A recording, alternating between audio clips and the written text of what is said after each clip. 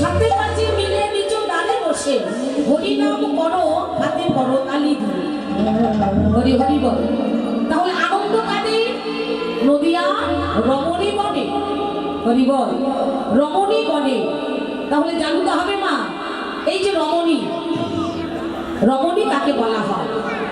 রমণী না বলে কিন্তু কখনো কৃষ্ণ ভজন করা যায় না, গৌর ভজন করা যায় না। গৌর ভজন কৃষ্ণ ভজন তারাই করে যারা নারী। নারী কাকে বলে? নারী কাকে বলে মা? যারা নারীর দেহ পেয়েছে তারাই কি শুধু নারী না? আসুন তত্ত্বের দিকে যাই। শাস্ত্রে বললে প্রকৃতি হইয়া করো প্রকৃতির সঙ্গ, তবেই না দিনে দিনে বাড়িবে তোমার প্রেমের তরঙ্গ।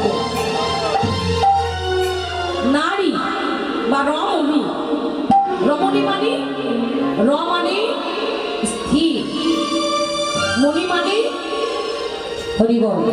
মণি মানে কি বল? তারই চরণে নিবেদন করা। যদি আমার এই মন পুরি গোবিন্দের পাদপদে স্থির করতে পারি, সমর্পণ করতে পারি, কিংবা পুরুষ কিংবা নারী সবাই আমরা গৌর ভজন কৃষ্ণ ভজন করতে পারি। হৃদয় গৌর প্রেমানন্দে হরি বল হরি বল। যেই আমার গৌর সুন্দর হরিনাম করতে করতে যায়, নদিয়া রমণী গণের মনে যেন আনন্দ আর ধরে না। হরি বল হরি বল। তাই আগে কি হলো?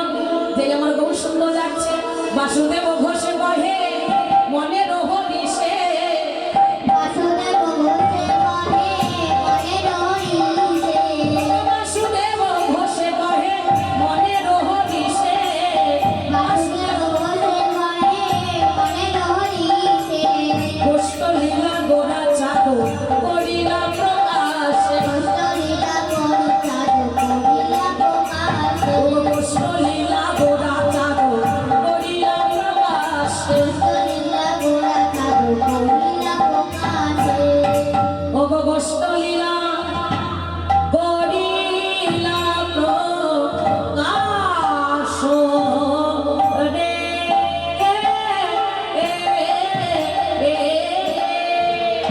গোষ্ঠ লীলা করিলা প্রকাশ রে,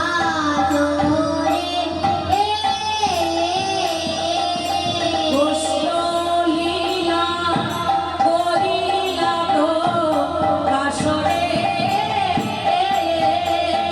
গোষ্ঠ লীলা করিলা প্রকাশ রে, গোষ্ঠ লীলা করিলা প্রকাশ রে, গোষ্ঠ লীলা করিলা প্রকাশ রে, গোষ্ঠ লীলা করিলা প্রকাশ রে, গোষ্ঠ লীলা করিলা প্রকাশ রে।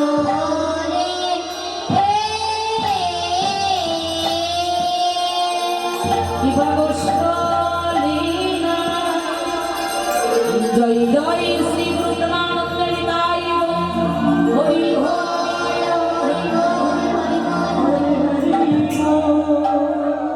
হরি জয় রাধে। হরি হরি চলুন মায়েরা, যাব মধুময় শ্রীরাম বৃন্দাবনে। এতক্ষণ আস্বাদন করলাম হরি কথা কৃষ্ণ কথা। চলুন যাই, সবাই মিলে হাত তুলুন। জয় রাধে হরি হরি বল। একা গাইবো না সবাই মিলে গাইবে? সবাই মিলে গাইবে, তাহলে সহজ করে বলতে হবে জয় রাধে। বেশ, সবাই মিলে যখন আমরা গাইবো তাহলে সবাই মিলে হাত তুলি, কেমন? ওগো রাধে রাধে রাধে রাধে জপা করো জপা করো, কৃষ্ণ নামে রস প্রিয়া করো। রাধে রাধে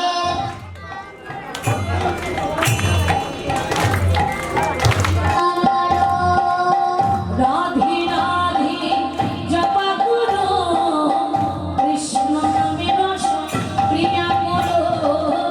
রাধে রাধে জপা করো, কৃষ্ণ নামের সখিয়া করো।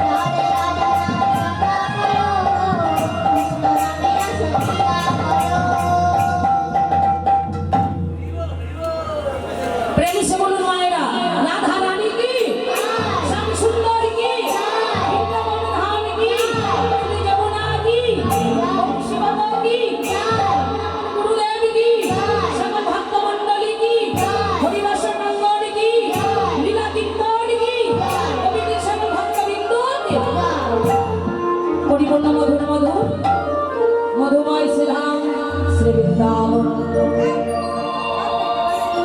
আস্বাদন করছি আমার ভগবান শ্রীকৃষ্ণের বাল্য গোষ্ঠ লীলা। এই লীলারসটা আস্বাদন করবার আগে জানতে হবে বাবা কীর্তন কাকে বলা হয়। কীর্তন কাকে বলি? বলছি নাম লীলা গুণাধীন উচ্চ ভাষাতু কীর্তন উচ্চ স্বরে ভগবানের নাম রূপে গুণ লীলা করাকে বলা হয় কীর্তন। আধ্যাত্মিক জগতে জীব শক্তি চিৎ শক্তি মায়া শক্তি তনমন জ্ঞান দ্বারা বিন্দুর পথে সাধন ভজন হচ্ছে আমার কীর্তন। এই যার সাধন করবো গোষ্ঠ লীলা জানতে হবে। এই যে গোষ্ঠ লীলা গো শব্দে কি? গো শব্দে গোষ্ঠভূমি, গো শব্দে গোচারণ, গো শব্দে গোপাল, গো শব্দে সমগ্র।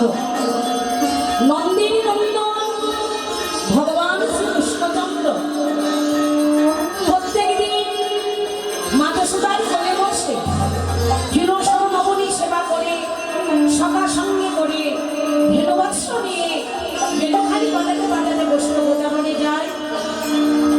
তো বাবা ভগবান যখন গোষ্ঠ গোচারণে গিয়ে খেলা করে লীলা করে তদ্রূপ আমরাও কিন্তু গোষ্ঠভূমিতে এসেছি।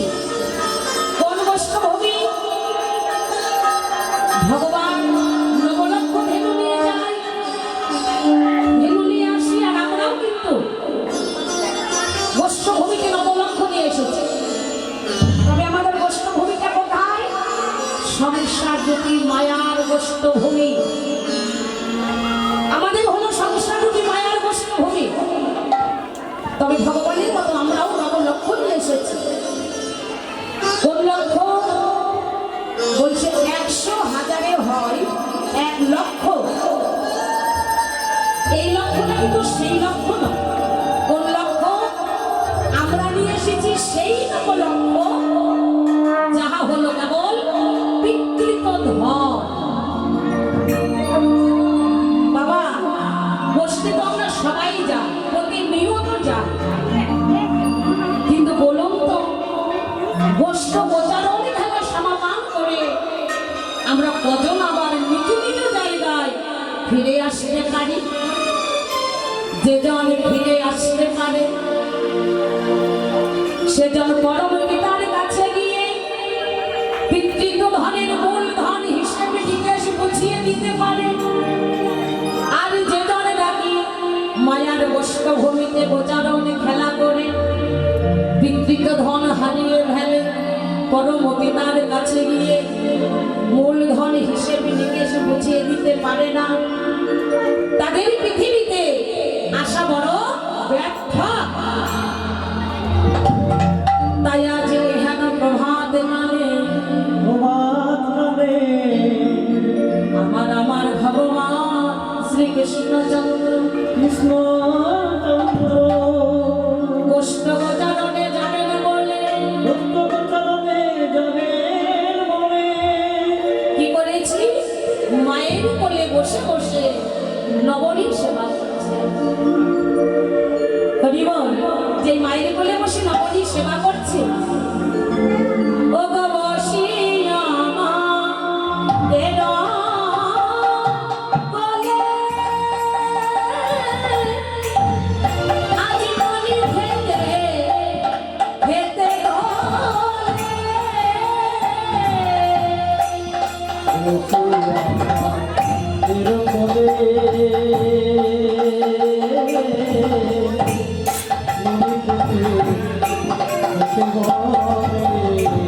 ও গো হেন কালে শ্রীরাম আইল নিতে।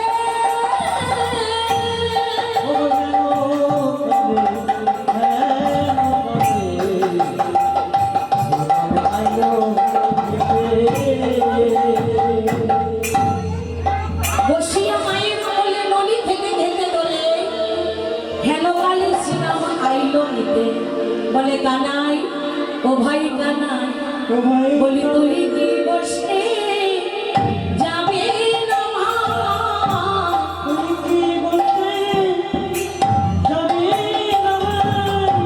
বলে তুই কি বসে যাবে না ভাই? তুই কি বসে গগনে অধীন বেলা যে হলো, তুই কি বসে যাবি না ভাই?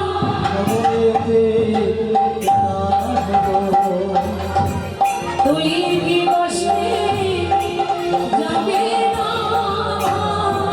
ভাই? শ্রীরামই বলছে কানাই, ও ভাই কানাই, দেখ দেখ দেখ গগনে অধীন বেলা হলো, তুই কি বসতে যাবি না ভাই? শ্রীরামের কথা শুনে প্রাণ গোবিন্দ আমার বলছে, দাদা, ও দাদা, বলো বলো, ও গো কি করিব ওরে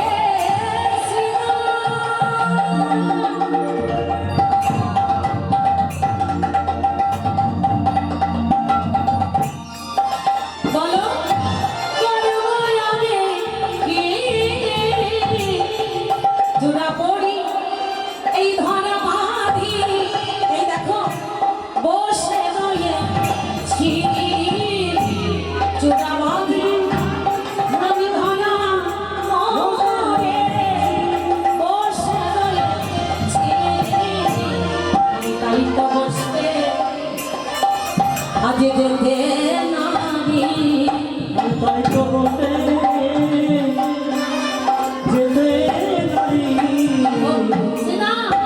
আমি তাই তো বসতে আজ যেতে নাহি।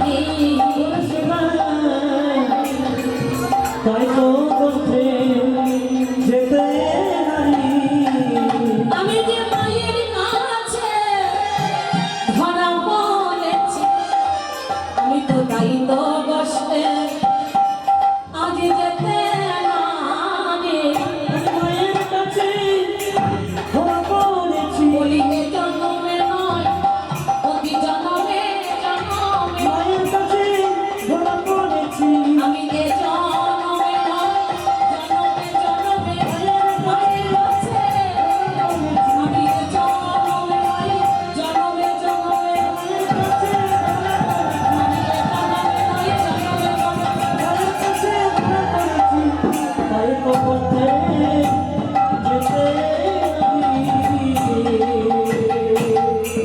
গোবিন্দ আমার বলছে, শ্রীরাম দাদা কি করবো বলো? কি করিব, কোথায় যাবো, করবো আমি কি? চুলা বাঁধি ধরা পড়ে বসে আছে, কিন্তু ও দাদা আমি মায়ের কাছে ধরা পড়েছি, এ জন্মে নয় জন্মে জন্মে।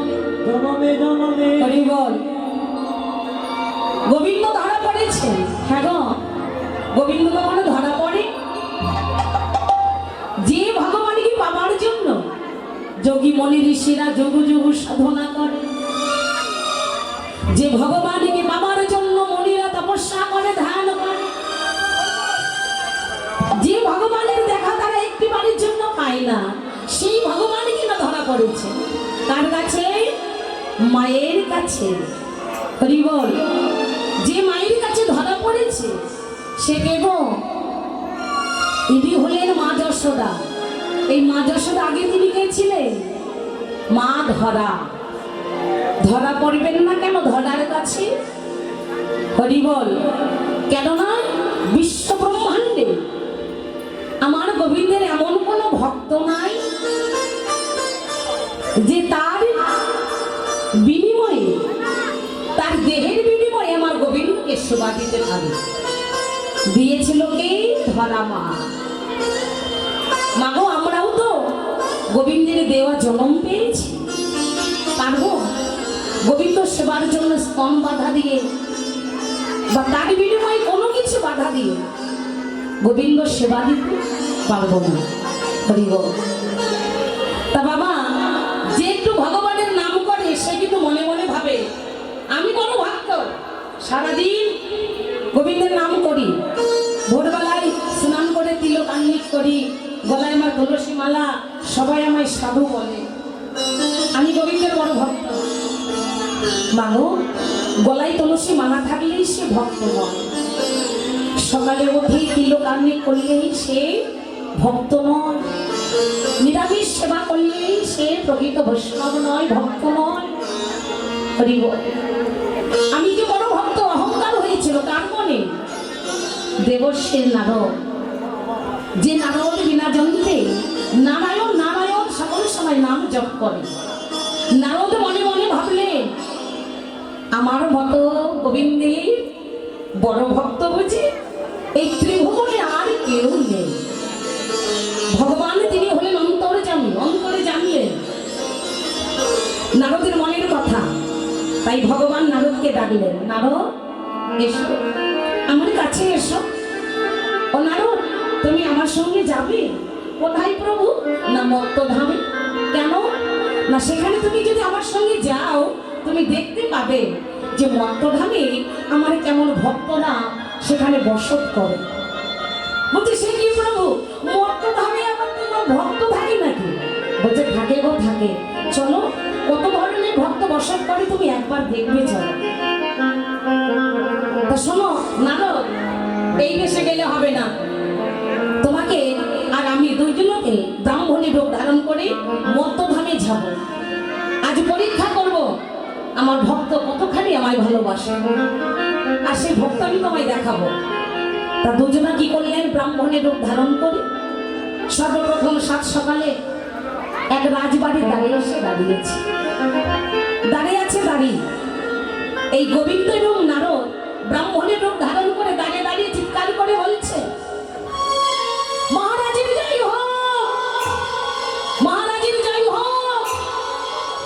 যেই বলছে মহারাজের জয় হোক, দাড়িগণ বলছে কে তোমরা? আমরা দরিদ্র ভিখারি ব্রাহ্মণ, বড় ক্ষুধার্ত, বড় ক্ষুধা পেয়েছে। বলি ও দাড়ি, তোমাদের মহারাজকে গিয়ে বলো না যদি আমাদের একটু কিছু অন্ন সেবা দেয়।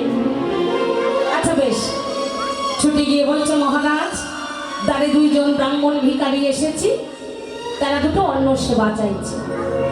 মহারাজ শুনে বলছে খেয়ে দিয়ে কাজ নেই, সাত সকালবেলায় আমার দ্বারে ভিখারি, হ্যাঁ, আর সাত সকালবেলায় অন্ন, যাও যাও যাও, ঘাড় ধাক্কা দিয়ে বের করে দাও। যেই বলেছে ঘাড় ধাক্কা দিয়ে বের করে দাও, ব্রাহ্মণ লোকে ভগবান দাঁড়িয়ে দেখতে পেয়ে বলছে দাঁড়াও দাঁড়ি, আমাদেরকে ঘাড় ধাক্কা দিয়ে বের করতে হবে না, আমরা চলে যাচ্ছি। তবে আমরা তো ব্রাহ্মণ, এই সাত সকালে যখন রাজ দরবারে দাঁড়িয়েছি নাই বা পেলাম সেবা, কিন্তু আশীর্বাদ করে যায় মহারাজ আপনি যত পেরেছেন আরো দ্বিগুণ দ্বিগুণ বাড়ুন।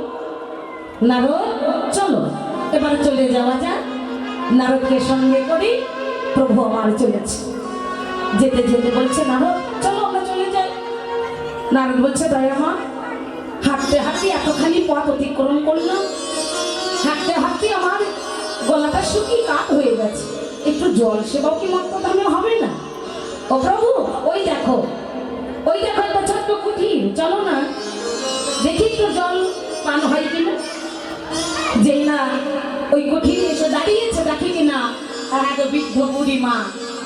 ওই যেই দেখলো বৃদ্ধ বুড়িমা, নারদ দেখে বলছে, ও বুড়িমা, বুড়িমা, আমরা তো ব্রাহ্মণ ভিখারি, অনেকখানি পথ অতিক্রম করে এসেছি, পিপাসায় এই গলাটা একেবারে শুকিয়ে গেছে, ও মা একটু জল হবে? যেই বলেছি একটু জল হবে, সেই বুড়িমা ছিলেন কৃষ্ণ ভক্তি পরায়ণ। সকালে উঠে সমস্ত ঘরের কাজকর্ম সেরে, ঘরে ছিল একটি সুরভি নামে কালো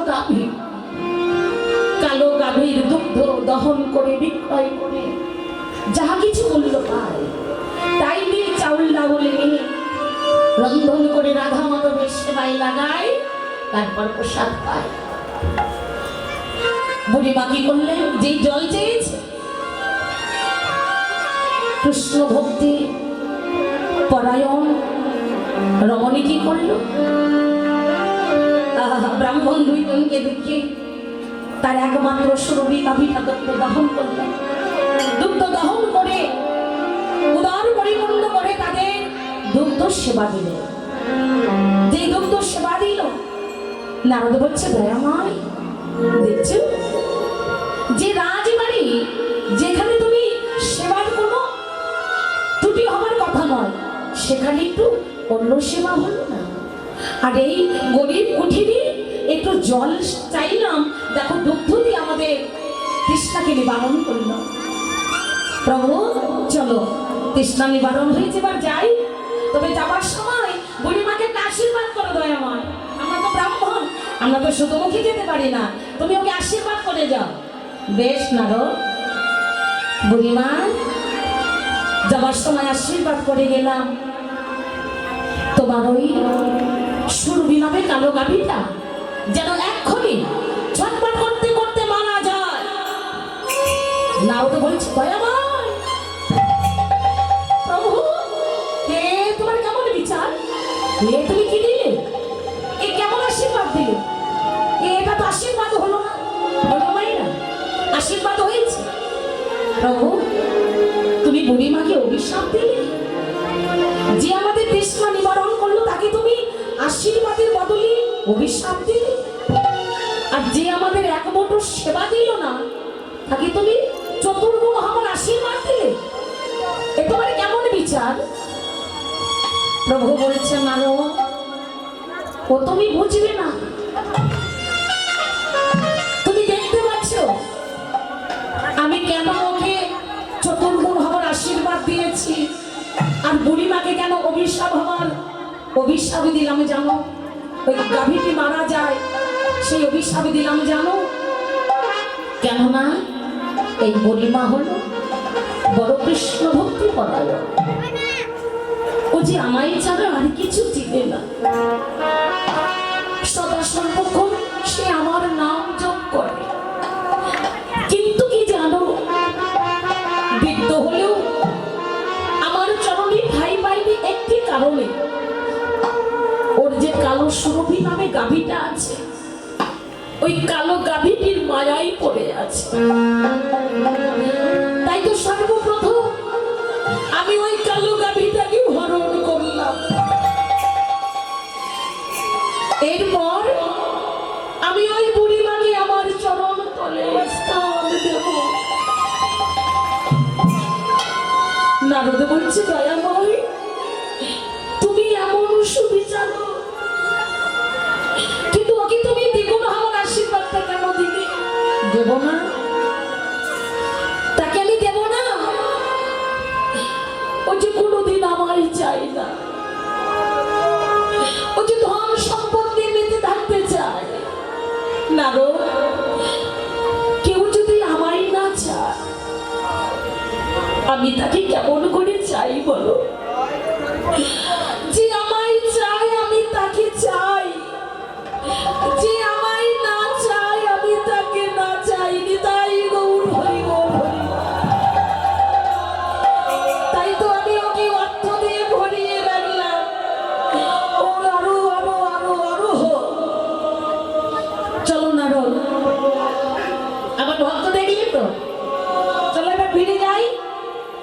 বেশ তাই হবে প্রভু, চলো চলো ফিরে যাও।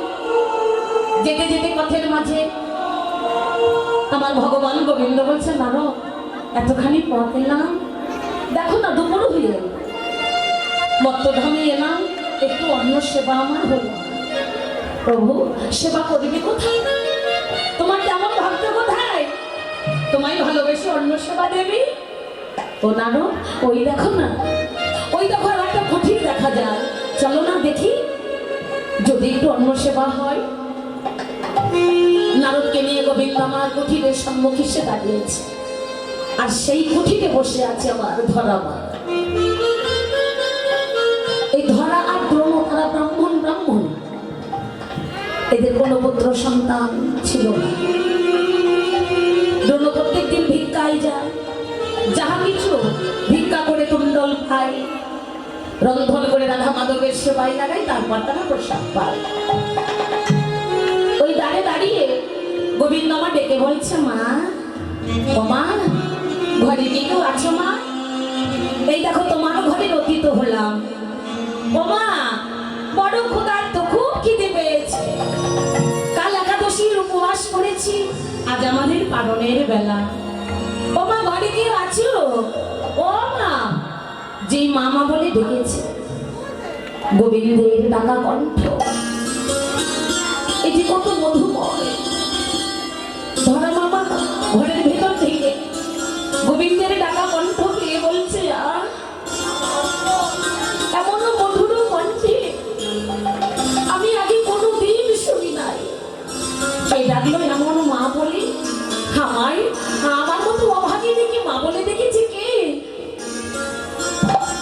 যেই না ধরা মা ঘরের থেকে বাহির হলো, দেখে একজন দুইজন ব্রাহ্মণ। বলছে, মা আমরা একাদশীর উপবাস করেছি তো, আমাদের পালনের বেলা গড়িয়ে যায়, একটু অন্ন সেবা হবে মা, খুব খিদে পেয়েছে। ধরা মা না করতে পারলেন না। মা কি করলেন? যতন করে অতিথিদের বসালে কি হবে? মা গো, যার অতীত সেবা দেবার মন থাকে, তার ঘরে যে ভগবান কিছুই দেয় না। ভগবানকে যে সেবা দেবে, ব্রাহ্মণ দুজনকে সেবা দেবে, এক মুষ্ঠ ঘরে চাউল পর্যন্ত না। দ্রোণ গেছে ভিক্ষায়। ধরা মা অতিথি বসতে দিয়ে একবার ঘরের থেকে বাহির হয়, একবার ঘরের মধ্যে প্রবেশ করে। ও মা একটু তাড়াতাড়ি করো। ধরা মামা সহ্য করতে পারছে না, রন্ধনশালায় বসে এই মুখের মধ্যে কাপড়খানি চাপা দিয়েছে, মুখের মধ্যে কাপড়খানি চাপা দিয়ে ধরা মা ঘুমে ঘুমে কাঁদছে। বলছে, নারায়ণ এটি তোমার লীলা।